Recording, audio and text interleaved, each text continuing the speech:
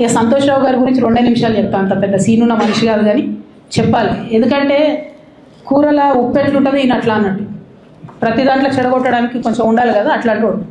కాబట్టి చెప్పక తప్పదు ఈయన గురించి. చెప్పులో రాయి చెవులో జోరిగా అంటాం కదా, అట్లాంటి టైపు. కాబట్టి ఖచ్చితంగా చెప్పాలి.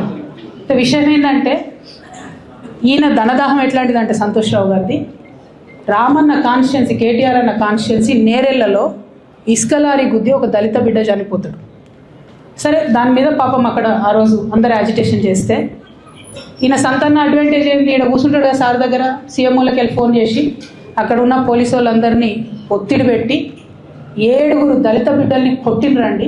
3-4 సార్లు 3rd డిగ్రీ చేస్తే ఇలా 7 కుటుంబాలు కూడా వాళ్ళు ఎందుకు కూడా ఏ పని చేసుకోలేనటువంటి పరిస్థితులలో ఆ దళిత బిడ్డలు ఉన్నారు. అది మొత్తం రాజకీయంగా బ్లేమ్ అంతా రామన్న మీదకి వచ్చింది. ధనదాహమేమో సంతన్నది, నేరం చేసిందేమో సంతన్న, వీడికెళ్ళి ఫోన్లు చేసి ఒత్తిడి చేసి కొట్టిపించిందేమో సంతన్న, చెడ్డపేరేమో రామన్నకు వస్తుంది. ఈ ఎగ్జాంపుల్ చెప్పడం కోసమే నేను ఈయన గురించి చెప్తున్నా, వేరే ఏం లేదు. ఇక సరే టానిక్ వీనిక్ ఈ వీటిలో వచ్చిన కేసులు ఏమవుతాయి? రేవంత్ రెడ్డి గారు ఆర్భాటంగా ఒక అనౌన్స్మెంట్ చేస్తారు. నేను ఇంతకుముందు చెప్పిన కదా, మ్యాచ్ ఫిక్సింగ్ ఎట్లుంటుంది అంటే 1 డే న్యూస్ అవుతుంది.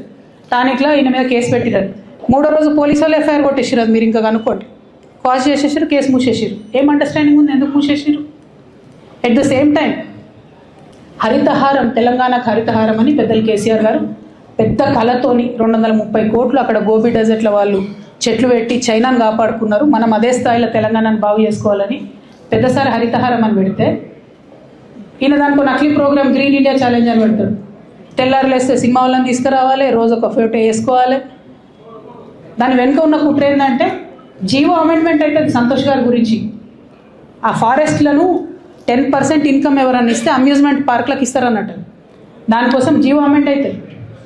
దానికి ప్రభాస్ గారిని, చిరంజీవి గారిని, అనేక మంది సినిమా స్టార్లను మోసం చేసి వాళ్ళని తీసుకుపోయి వాళ్ళతో ఫోటోలకు పోజులు ఇప్పించి ఫారెస్ట్లను కొట్టి